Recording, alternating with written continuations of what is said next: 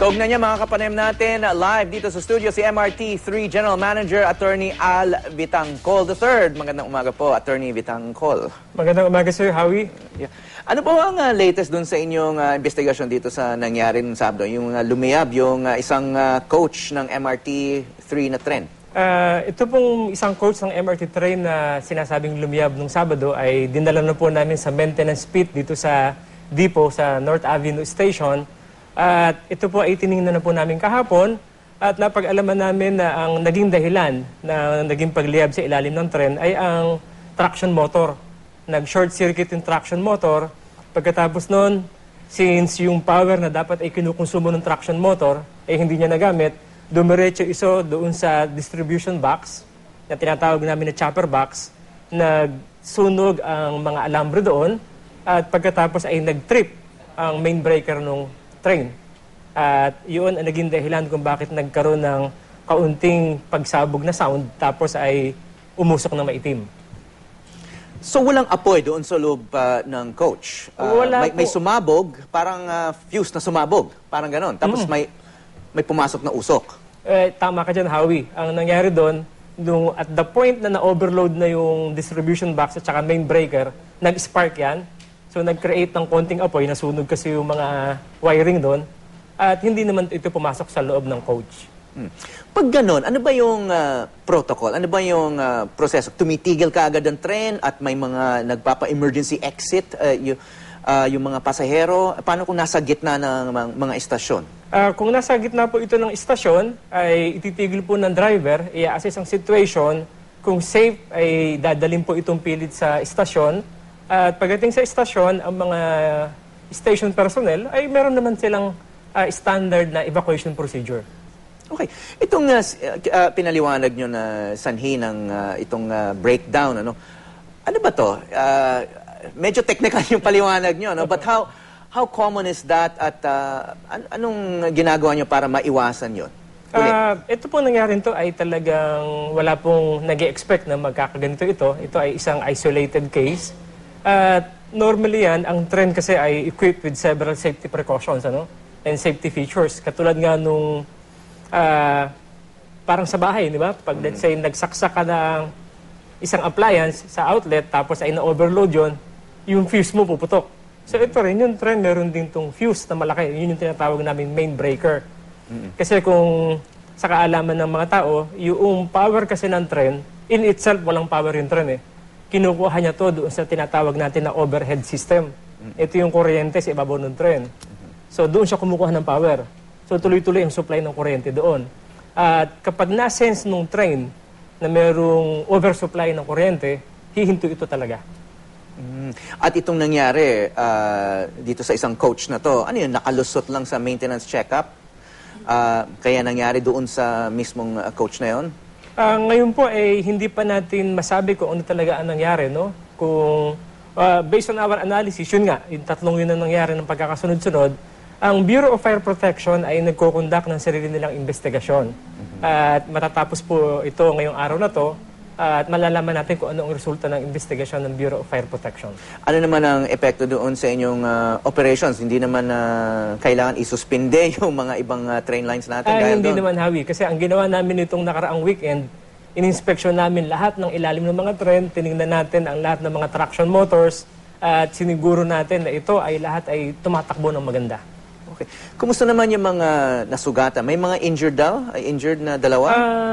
Kung titingnan natin, hindi naman grave injury ito. No? Yung dalawa kasi na nasaktan, out of 600 passengers at that time, yung isa nagtamo ng mga pasa-pasa sa braso. Siguro natulak yun.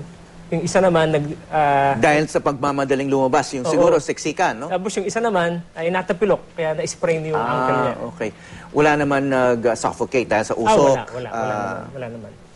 Okay, issue ngayon yung budget sa inyong ahensya, no? Kaya magpapatupad ng fare hike sa MRT sa susunod na taon. Meron na bang petsa kung kailan ipapatupad itong fare hike? Inanunsyo na ni Secretary Mar Rojas noon. Tama ka dyan, Howie. Even si bagong Secretary Jun Abaya, in-announce na rin niya yan, pero wala pang final na desisyon kung magkano at saka kung kailan. So, Sino magdedesisyon dyan? Meron kayong parang interagency body na magde-decide yan? Ito po ay pinag-uusapan pa sa departamento at of course, subject din to sa approval ng ating mahal na Pangulo. Okay, ano ulit yung justification itong fare hike para sa mga commuters na nakikinig? Siyempre, medyo nababahala sila. Lalo na, hindi nyo pa alam kung magkano yung ipapatong sa kasulukuyang fares, no? Ito po kasi ay ang decision talaga sa fare hike ay magmumula po talaga sa mga matataas na opisyal katulad po ng ating bagong kalihim.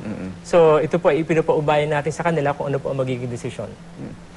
Bakit kailangan daw ng fare hike kung meron naman daw ibang mapagkukunan ng pondo para sa MRT? Halimbawa, yung may proposal na hinga ng subsidy yung mga nakikinabang na mga negosyo, yung mga mall, no? Halimbawa, yung I'm sure yung halimbawa, yung sa Cubao, sa farmers, yung sa Ayala, dahil napili silang gawing estasyon, ang laki siguro ng pakinabang nila, no? Hindi kaya sila pwedeng hinga ng subsidy or a form of transport tax para hindi na ipasa sa commuters yung pangangailangan ng ahensya nyo?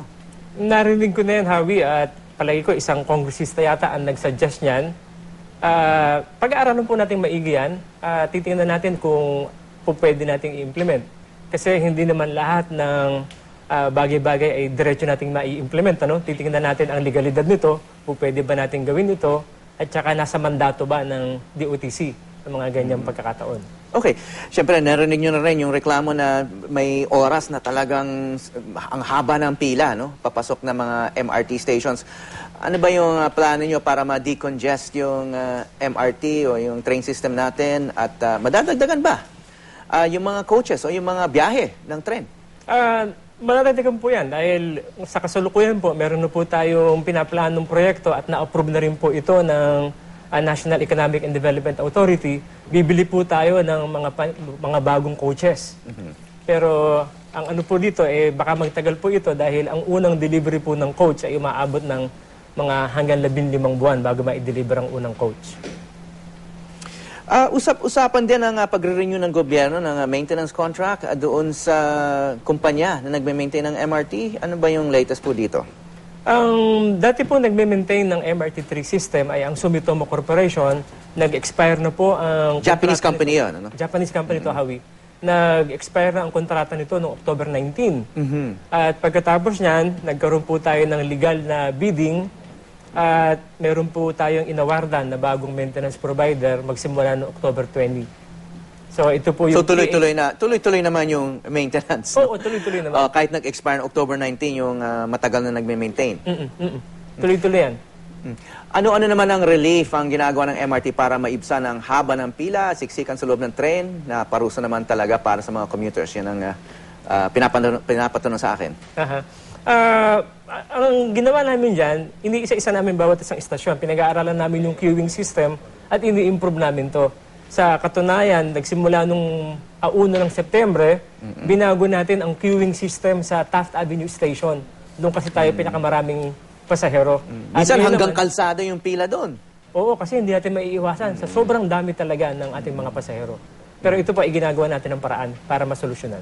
So sa ngayon, queuing system yung tinitingnan nyo? Oo, Howie. Habang nag-aantay ng dagdag pa na coach sa MRT? Yun ang ginagawa natin. Okay, maraming salamat po, MRT General Manager Attorney Al Vitangcol III. Maraming salamat.